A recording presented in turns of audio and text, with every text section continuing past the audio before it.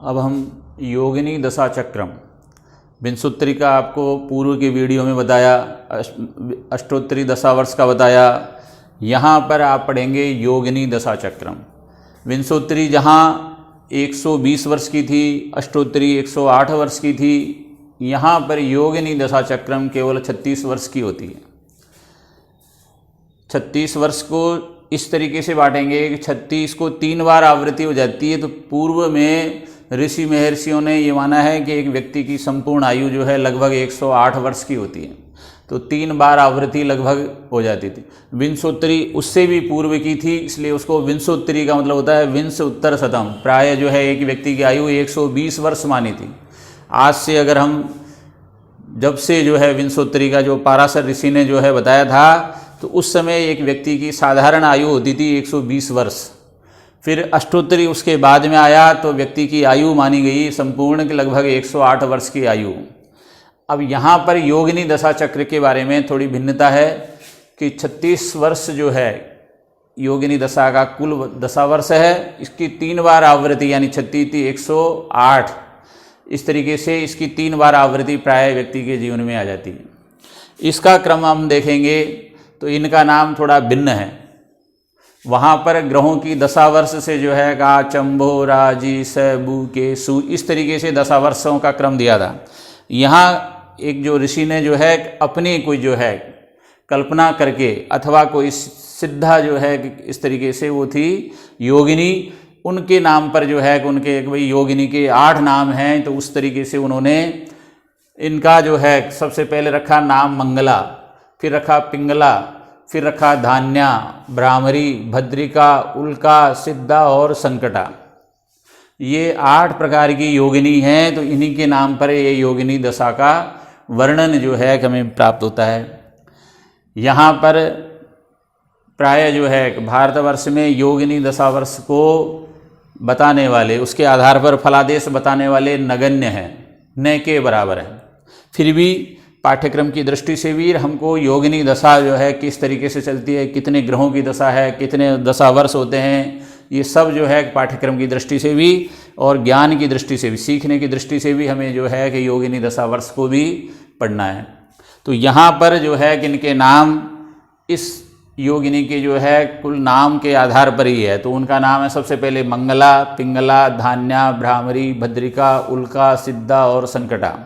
इनकी जो है दशावर्ष हैं, तो मंगला की दशावर्ष है 1 वर्ष, पिंगला की है 2, धान्या की है 3, भ्रामरी की है 4, भद्रिका की है 5 दशावर्ष, उल्का की 6 वर्ष, सिद्धा की 7 वर्ष और संकटा की 8 वर्ष।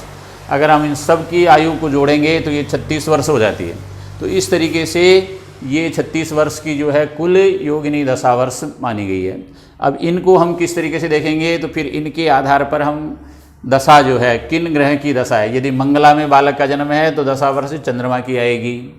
चंद्रमा की दशावर्ष कितने वर्ष की? 1 वर्ष की। उसके चंद्रमा के बाद में अगला जो क्रम आता है वो आता है सूर्य का। उसके पश्चात दशावर्ष का आता है धान्या में गुरु का।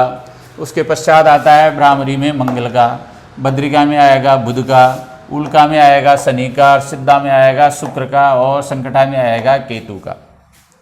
यहाँ भी आप देखेंगे कि राहु दशावर्ष में नहीं आता है।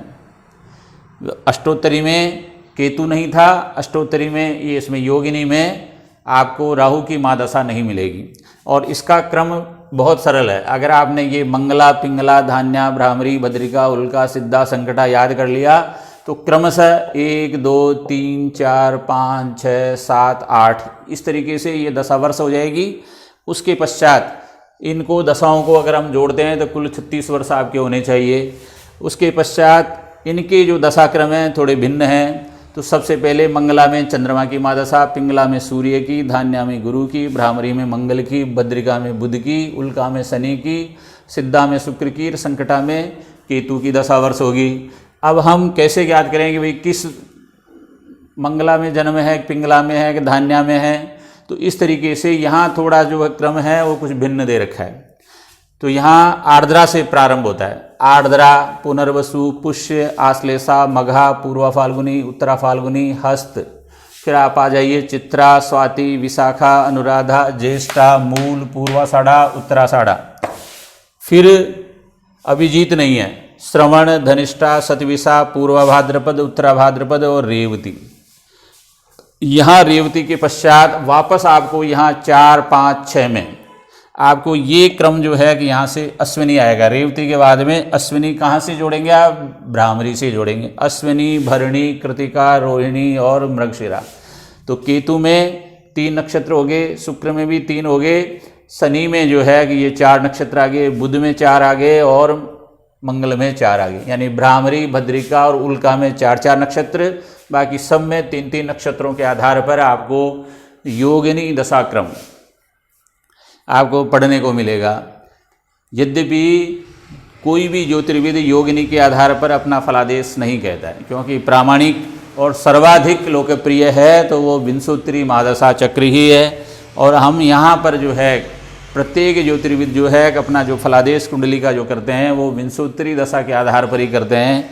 अतः ये परीक्षा की दृष्टि से ही जो है आपको अच्छे से तैयार करनी है। और साथ में विंशोत्तरी इस तरीके से चलती है, अष्टोत्तरी इस तरीके से दशाक्रम में चलती है और योगिनी इस तरीके से दशाक्रम में चलती है। तो इस दृष्टि से आपको तीनों की जो है विंशोत्तरी महादशा, अष्टोत्तरी महादशा और योगिनी दशा का चार्ट जो है कि आपको मैंने बताया, इसका आप पुनः बार बार अभ्यास कीजिए ये परीक्षा की दृष्टि से। और एक ज्योतिर्विद की जो है आगे जाकर के आप ज्योतिष के फील्ड में काम करेंगे तो उस दृष्टि से बहुत ही महत्वपूर्ण जो है कि आपको विंशोत्तरी, अष्टोत्तरी और योगिनी का अभ्यास जो है करने पर आपको इसका ज्ञान प्राप्त होगा। नमो नमः।